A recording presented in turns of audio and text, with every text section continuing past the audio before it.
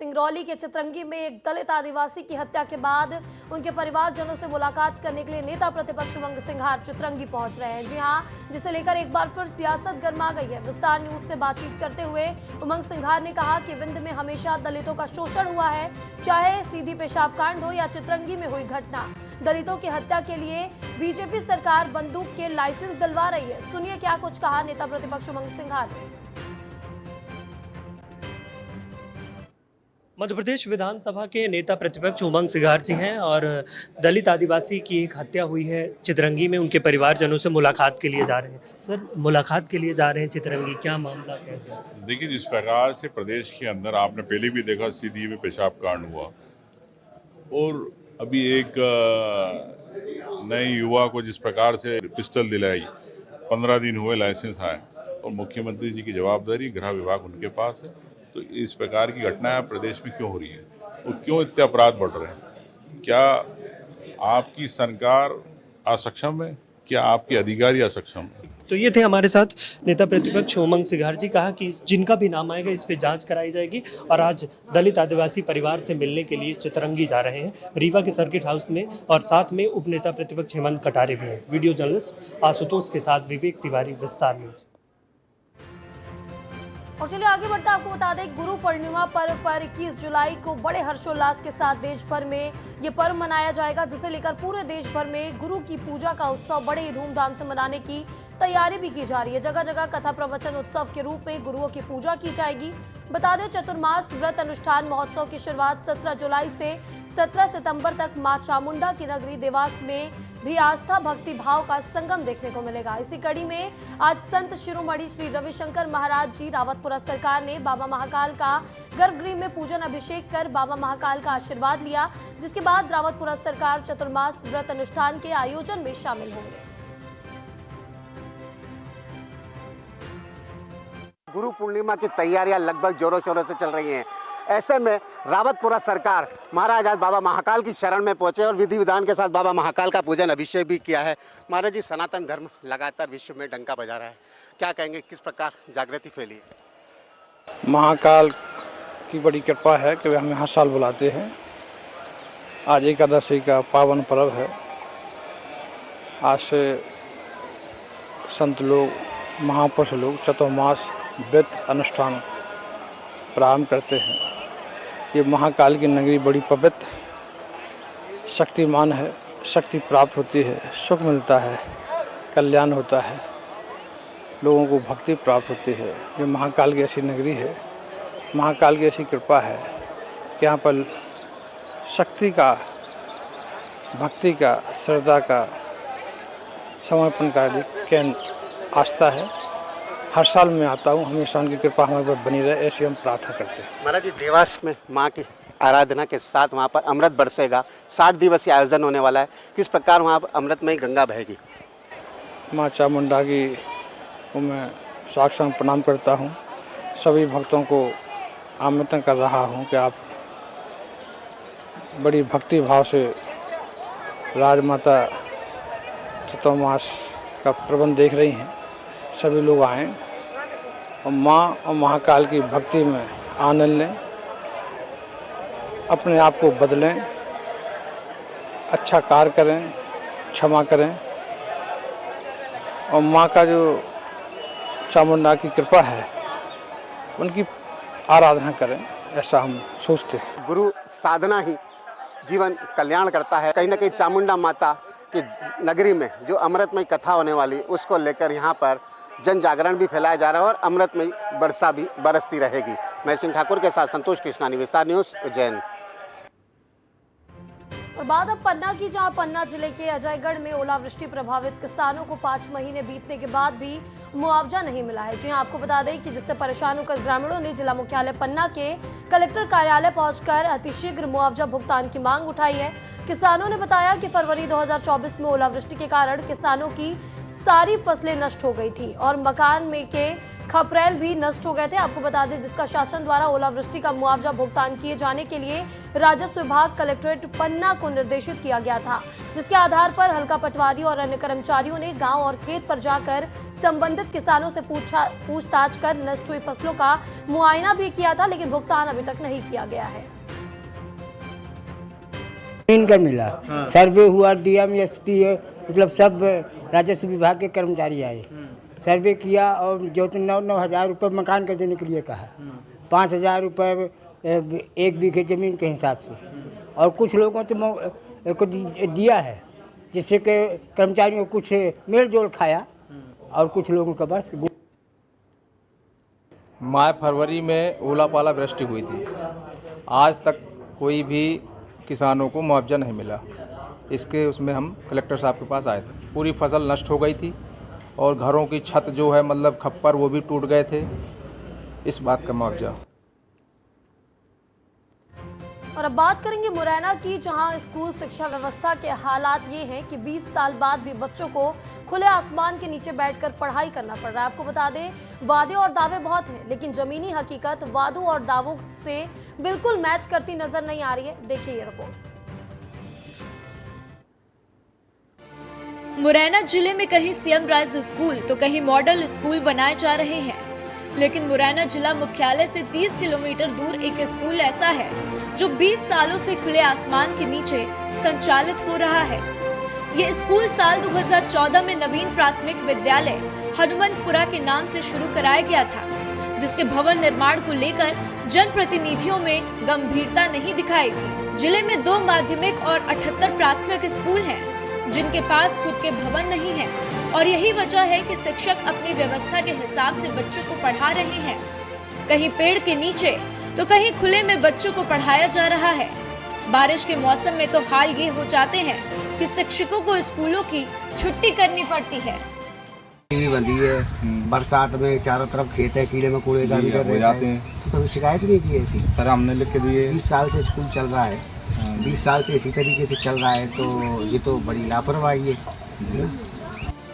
जिले के पूरा गांव में पिछले 20 सालों से बच्चे पेड़ के नीचे बैठकर पढ़ाई कर रहे हैं। तब से लेकर आज तक इस स्कूल के लिए बिल्डिंग की मंजूरी नहीं मिल सकी।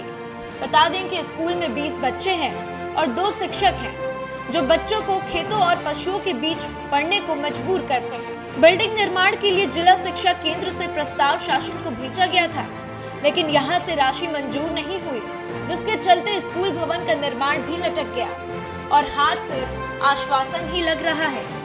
इस प्रकार के जितने भी स्कूल्स हैं, हम लोगों ने बारिश के पहले ही उनकी लिस्टिंग कराई थी, जहाँ पे इस प्रकार की संभावना है। आज भी जो टीएल बैठक हुई है उसमें एक पर्टिकुलर स्कूल की चर्चा भी हुई थी, जहाँ पे सुधार कार्य हो गया है।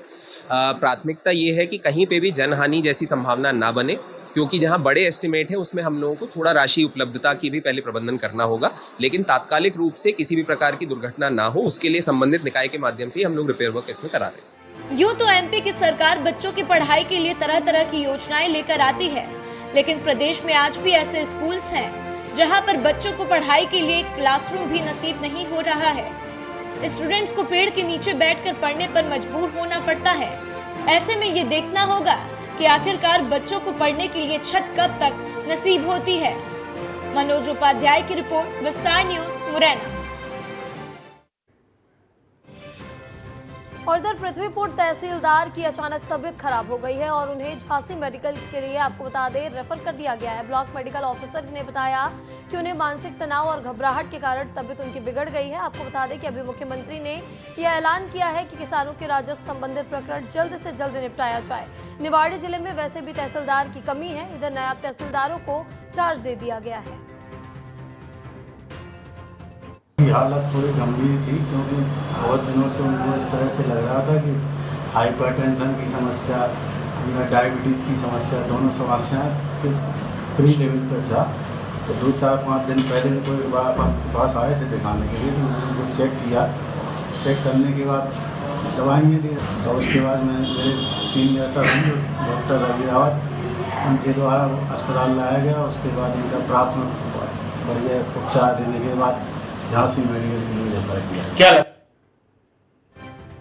और बात करेंगे मुरैना की, जहां जनपद की साधारण आम सभा की बैठक में मुर्दाबाद के नारे लगाए गए हैं। आपको बता दें, जनपद सदस्यों ने जनपद पंचायत सीईओ पर खुलेआम भ्रष्टाचार के गंभीर आरोप लगाए हैं। वार्ड 19 के सदस्य नरेंद्र सिंह सिकरवार ने कहा कि 15% कमीशन लेकर जनपद सीईओ द्वारा खुलेआम भ्रष्टाचार कर रहे हैं।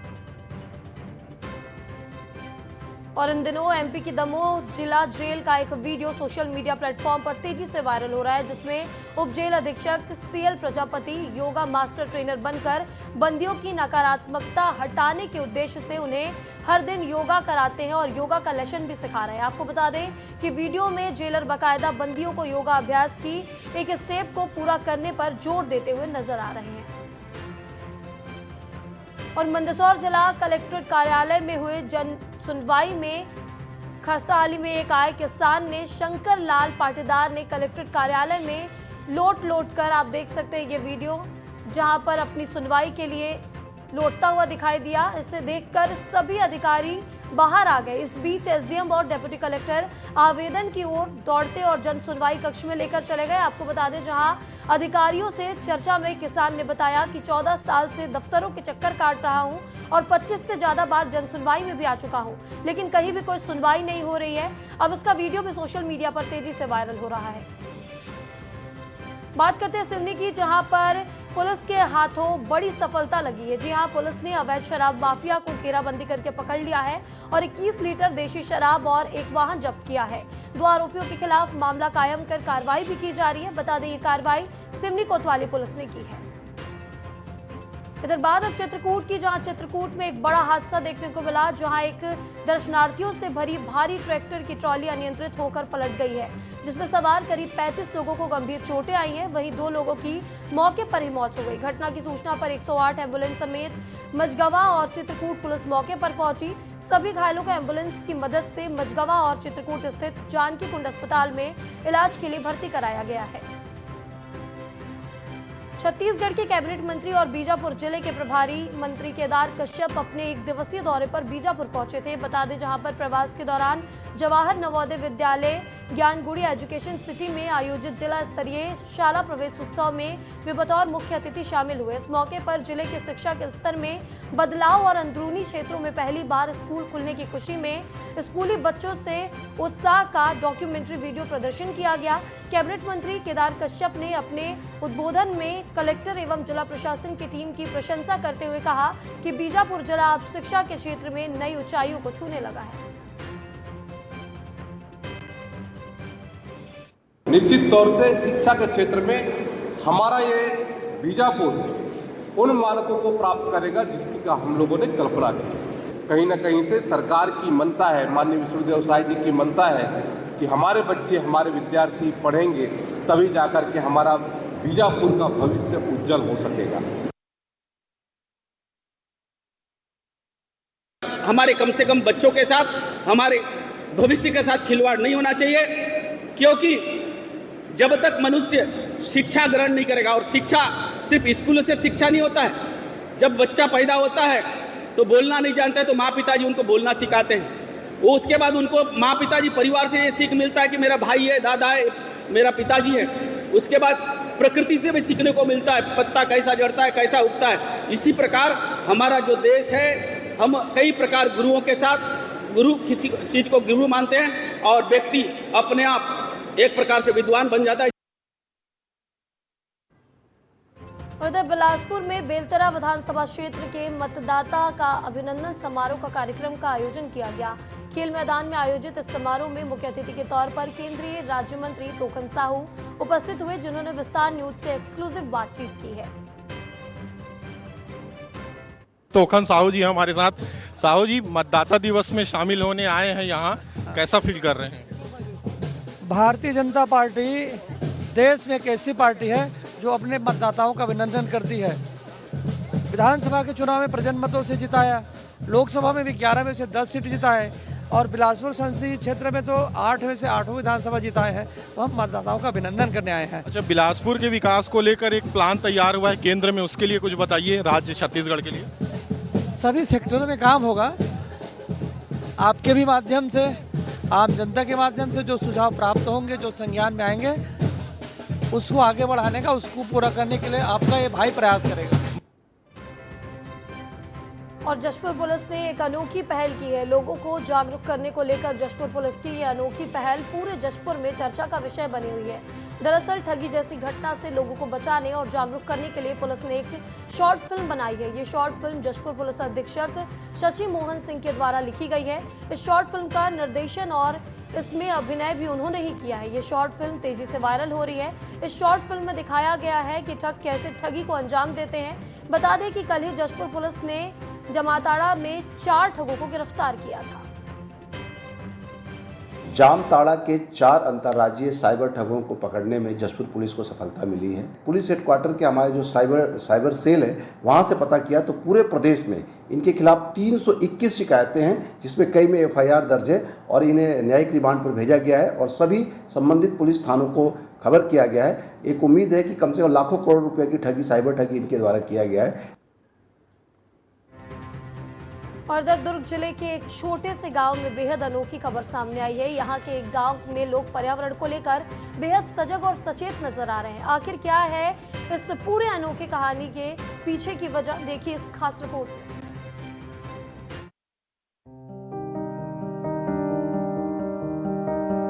दुर्ग जिले के शिवनाथ नदी के तट पर बसा एक छोटा सा गांव पीसे गांव है, जहां के लोग पेड़ों से अनोखा रिश्ता रखते हैं। किसी ने पेड़ को अपना पति तो किसी ने अपनी माँ बना लिया है। इन पेड़ों से ये लोग रोज मिलने आते हैं, उनकी पूजा करते हैं, गले लगाकर दिल की बात कहते हैं और अपनी परेशानी भी बताते हैं। यही नहीं, घंटों इन पेड़ों के पास बैठकर अपने परिजनों के होने का एहसास करते हैं। अपनों को खोने का दर्द जीवन भर रहता है। ऐसे में यहाँ के लोग अपनों को खोने के बाद उनकी स्मृति में उनके नाम से पौधा लगाते हैं और देखभाल करते हैं।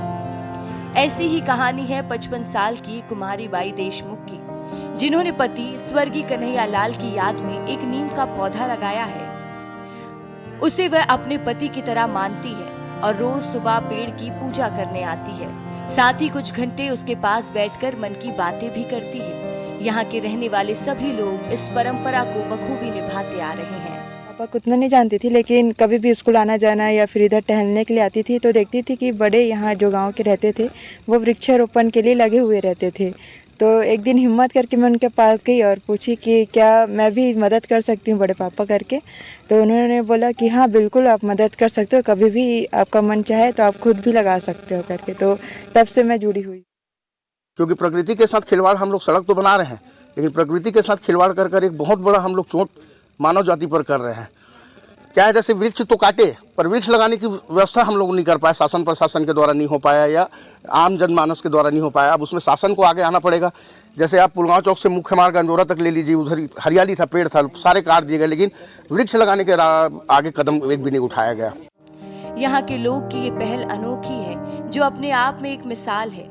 छोटी सी जगह की ये परंपरा हमें बहुत कुछ सिखाती है और पर्यावरण के प्रति सहज बनाती है। ब्यूरो रिपोर्ट, विस्तार न्यूज। और इधर बरसात आते ही गरियाबंद के मैनपुर ब्लॉक में मलेरिया पांव पसारना शुरू कर देता है। अब तक हुए जांच में 110 लोग मलेरिया पॉजिटिव पाए गए हैं, जिनमें ज्यादातर लोग विशेष पिछड़ी जनजाति के हैं। बता दें, विषम भौगोलिक परिस्थितियों के चलते मलेरिया रोधी अभियान में रोकथाम के लिए कारगर साबित नहीं हो पा रहा है। इसी महीने में मलेरिया से 2 पीड़ित की मौत से हड़कंप मचा था। हालात बस्तर जैसे होते उससे पहले ही विभाग ने मलेरिया के खिलाफ अभियान तो तेज कर दिया है। इधर CMHO गार्गी यादू पाल खुद प्रभावित गांव टीम के साथ पहुंच रही हैं। बता दें, जरूरी दवा, मच्छरदानी, कीट का वितरण और इसके अलावा साफ सफाई की भी जांच यहां पर की जा रही है। हम ना मलेरिया को लेके बहुत ज़्यादा कॉन्शियस है। यहाँ पे हमने सारे जितने स्कूल हैं, आवासीय स्कूल है, आंगनवाड़ी सेंटर्स हैं, जितने लोगों को साइन सिम्टम्स है, जिनको नहीं है, हम चाह रहे हैं कि सबकी एक बार स्क्रीनिंग हो जाए, कहीं कोई मलेरिया पॉजिटिव तो नहीं है। DDT का छिड़काव हो रहा है, मच्छरदानी दी जा रही है जो हिली एरियाज़ में है, सारी टीम लगी हुई है। अब हम ना माइक्रो प्लानिंग करके जो फील्ड से जैसे हमारे पास गरियाबंद में 2 CHOs हैं, तो हम उनकी एक दिन यहाँ पे शिविर लगा के सारे पेशेंट्स यानी सारे लोग जितने हैं, चाहे वो पॉजिटिव हैं या वो नेगेटिव है, सबकी एक बार स्क्रीनिंग करा रहे हैं। और बढ़ते अगली खबर की ओर, जहां बलरामपुर में आवासीय विद्यालय में प्रवेश विसंगति को लेकर दर्जनों छात्राओं को विद्यालय से निकाल दिया गया, जिसके बाद स्कूली छात्राओं के साथ परिजनों में काफी नाराजगी देखने को मिली है। और चलिए आगे बढ़ते, आपको बता दें मुंगेली नगर पालिका के उप अभियंता दीपक देवांगन को कार्य में लापरवाही और लगातार अनुपस्थित रहने की शिकायत पर निलंबित कर दिया गया है। वहीं बता दें उप अभियंता दीपक देवांगन के खिलाफ बिना सक्षम अधिकारी के अनुमति के अनुपस्थित रहने की लगातार शिकायत मिल रही थी, जिससे नगर पालिका क्षेत्र का काम भी प्रभावित हो रहा था। कामकाज प्रभावित होने को लेकर यहां आमजनों में नाराजगी देखी गई, जिसके बाद मुंगेली कलेक्टर राहुल देव ने उप अभियंता को निलंबित कर दिया है। और शराब पीने के लिए पैसा नहीं देने पर एक शराबी बेटे ने अपनी ही मां को बेरहमी से पीटकर मार डाला है। शराबी बेटे ने फावड़े से बेत से अपनी मां को इतने बेरहमी से पीटा कि उसकी मौत हो गई। आपको बता दें कि इस मामले में पुलिस ने आरोपी बेटे के खिलाफ अपराध दर्ज कर लिया है। साथ ही पुलिस आरोपी बेटे को गिरफ्तार कर मामले की जांच में जुट गई है। बात करते कवर्धा की, जहां कवर्धा में बैगा समाज के 5 लोगों की मौत के बाद स्वास्थ्य विभाग की टीम सक्रिय हो गई है। स्वास्थ्य विभाग की जांच में पता चला कि ग्राम सोनवाही में डायरिया का प्रकरण नहीं है। यहां सभी मौतों का कारण अलग अलग है। फिलहाल यहां पर हालात सामान्य बताए जा रहे हैं। दरअसल कलेक्टर के निर्देश पर 3 सदस्यीय टीम ने मामले की जांच की, जिसमें मौत के कारणों का जो पता चला वो दूसरे कारण सभी मौतों का है। और बात करते हैं अब रायपुर की, जहां पर रायपुर बलौदा बाजार जहां पर सड़क मार्ग पर बड़ा हादसा हो गया। सिमरिया गांव के पास सिटी बस और ट्रक के आमने सामने भिड़ंत हो जाने से दोनों ड्राइवरों समेत 20 लोग घायल हो गए। जानकारी मिलने पर मौके पर यहां पर पुलिस पहुंची और अब आगे की जांच जारी है।